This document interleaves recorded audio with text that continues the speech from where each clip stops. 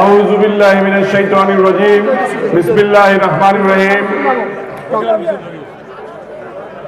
ঐতিহাসিক জলঢাকা মিনি স্টেডিয়ামের আজকের এই ঐতিহাসিক নির্বাচনী জনসভার সম্মানিত সভাপতি, এখানে উপস্থিত জেলা বিএনপির সম্মানিত আহ্বায়ক জনাব মীর সেলিম ফারুক, আপনাদের প্রাণপ্রিয় প্রার্থী জনাব আলাস সৈয়দ থেকে শুরু করে জেলা, উপজেলা, ইউনিয়ন, অঙ্গ সংগঠনের বিভিন্ন পর্যায়ের নেতৃবৃন্দ এবং প্রাণপ্রিয় জলঢাকাবাসী, সবাইকে আমার সালাম, আসসালামু আলাইকুম।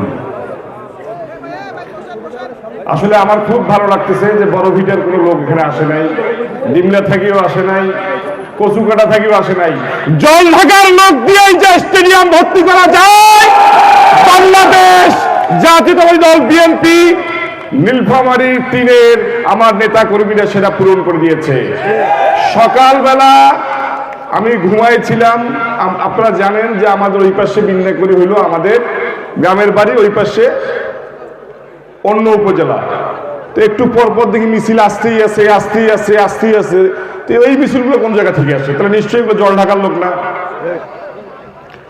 আবার ওইদিকে শুনি কাকতালীয় ভাবে আমার বাসা থেকে যারা ওয়ার্ক করতে গেছিল কচু করে ওইদিকে দেখতেছে 15-20-30টা এরকম গাড়িতে করে এসে লোকজন নামাই দিচ্ছে। তো এইসব ধোকাবাজি আর ধান্দাবাজি করে ভোট করা যায় না। 4 দলীয় জোট যখন ফিনিশ, এরপরে 20 দলীয় জোট ফিনিশ, সর্বশেষ ঐক্যফ্রন্ট ফিনিশ। এতদিন পরে আসিয়া বিএনপি বুঝলো আসলে জামাত ছিল কোন জিনিস।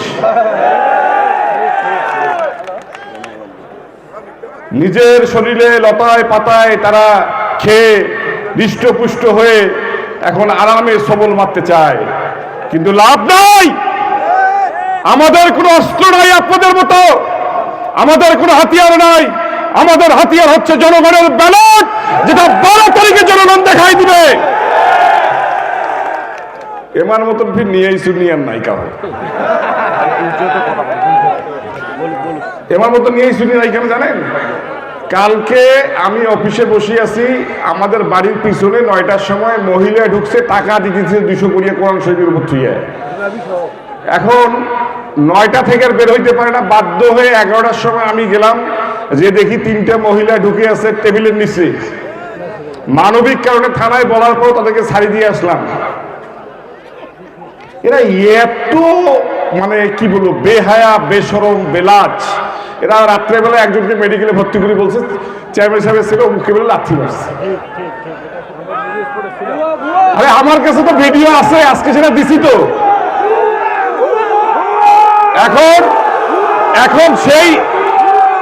এখন সেই দলের সেক্রেটারি আবার দোয়া করতেছে যে আল্লাহ আপনার এই ত্যাগ দিনের জন্য, আপনার এই ত্যাগ কবুল করুক।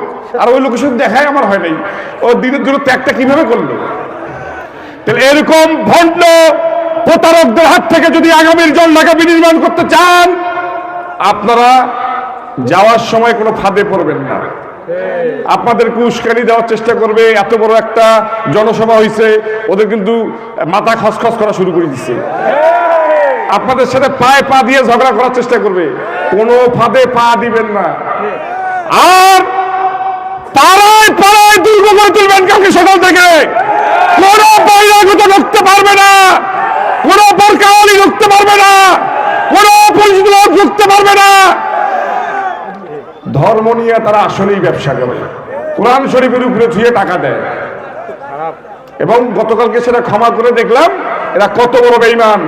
এখানে আরো অনেক বক্তা আছে, প্রার্থী আছে, তারা বক্তব্য দিবে।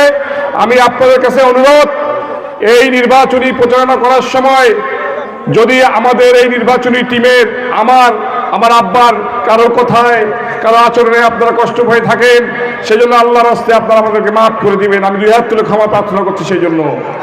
আর গণতন্ত্রের স্বার্থে, দেশের স্বার্থে, জলঢাকার স্বার্থে আপনারা 12 তারিখ সকাল 7টার মধ্যে কারা কারা সেন্টারে হাজির হবেন একটু 2 হাত তুলে দেখান।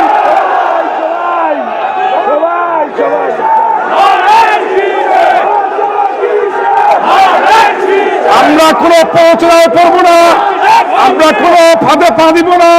আমাদের যারা এজেন্ট আছেন তারা 7টার আগে সেন্টারে যাবেন, তারা ব্যালট বাক্স দেখে নেবেন, ব্যালট পেপার দেখে নেবেন। এবং সেন্টারের বাইরে আমাদের যেসব অঙ্গ সংগঠনের নেতৃবৃন্দ আছে তারা সেন্টার পাহারা দিবে সারাদিন, আপনারা কোনো ভয় পাবেন না। আর সনাতনী মা বোনেরা, আপনারা সবার আগে ভোট সেন্টারে যাবেন। আপনাদের নিরাপত্তা দেওয়ার দায়িত্ব যেমন প্রশাসনের, ঠিক তেমনি আমাদের। আপনাদের যদি কোথাও ঘাম জ্বলে, আমাদের রক্ত জ্বলবে।